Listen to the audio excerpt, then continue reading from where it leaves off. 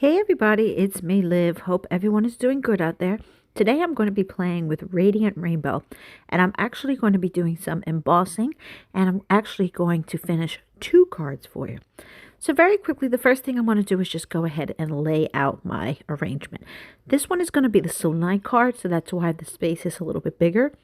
And I'm using all the different rainbows here, and I usually stamp at least 3 times in my MISTI, just to make sure I get really good coverage when I am doing any type of embossing. Now, if you feel that you get coverage really quickly, you don't have to do it 3 times. But again, I'm using watercolor paper, and I really want to make sure that I get a good impression. So for this first card, it might be a little hard to see, but because I'm actually going to be using the Alabaster Sparkle Embossing Powder. So it's kind of white on white. So not until I spray it is it really going to pop out. There is clear embossing powders that some people use, and that has a really cool effect as well. So now that I've got that all straightened out, I'm going to go ahead and I use like a manila folder, either a napkin, coffee filter, something that I can easily kind of fold up and try to pour back my embossing powders back into. Now, of course, I'm always going to lose a little bit because I am not the most careful of individuals, but I got the majority of it back in the can, which is what I want. Now, before I hit this card with my heat gun, I'm going to go ahead and gently wipe away any excess powder in places that I didn't want it to stick, which sometimes does happen, using a dry paintbrush just to wipe off the areas that you don't want any type of embossing powder on is super easy to do. And then I'm going to go ahead and use my heat gun. I usually do suggest that you have it heated up on the side for probably about 30 seconds or so that it very quickly will go ahead and start melting it away. Like I said, because of the white on white, it's hard to see. But as I start spraying, and I'm using my Chroma mists here, first I'm using the magenta, then I'm going in with the coral, and then finally this one is the candy apple red.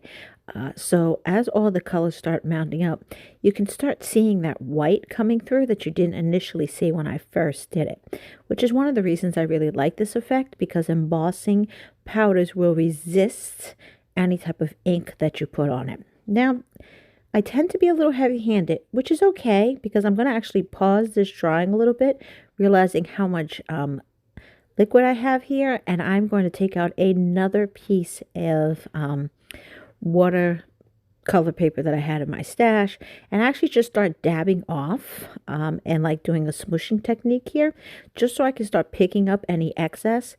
Does 2 things at one time. It tends to dry off my front that I'm using.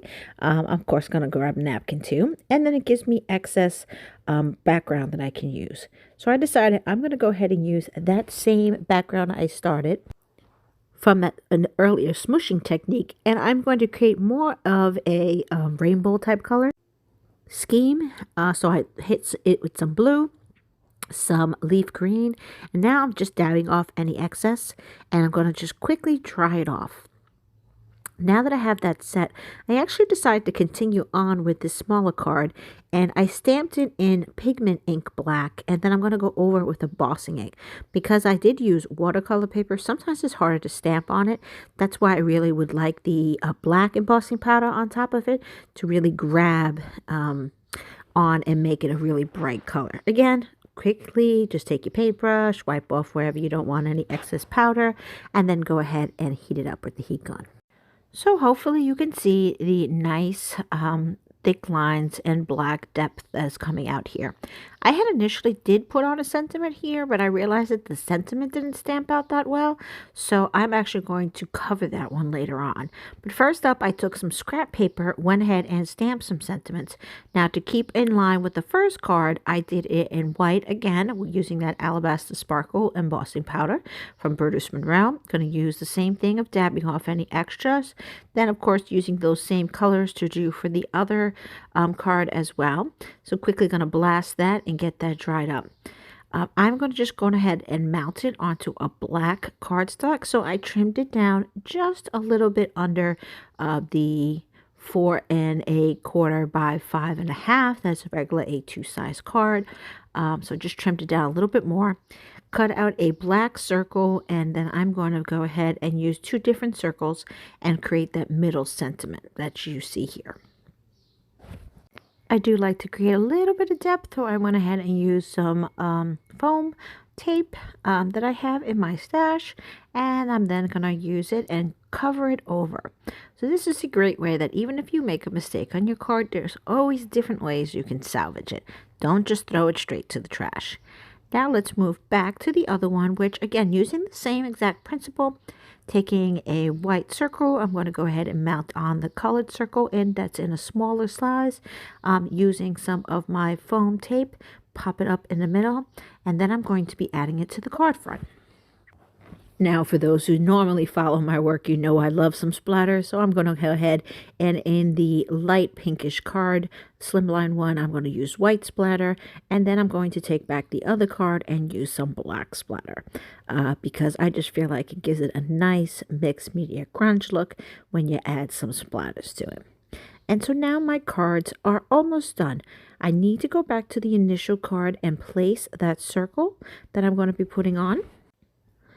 And I want to, I've already mounted it on because again, also I trimmed this piece down just a little bit to give it that white border, putting some of my foam tape on there, and then going to pop it up into the center of the card. And there you have it. Both of my cards are now nicely done and ready to go. Thank you so much, everyone, for watching. And if you're looking for any of these products, go over to the Brutus Monroe site and you'll be able to find them. Thank you so much. Have a great day, everyone.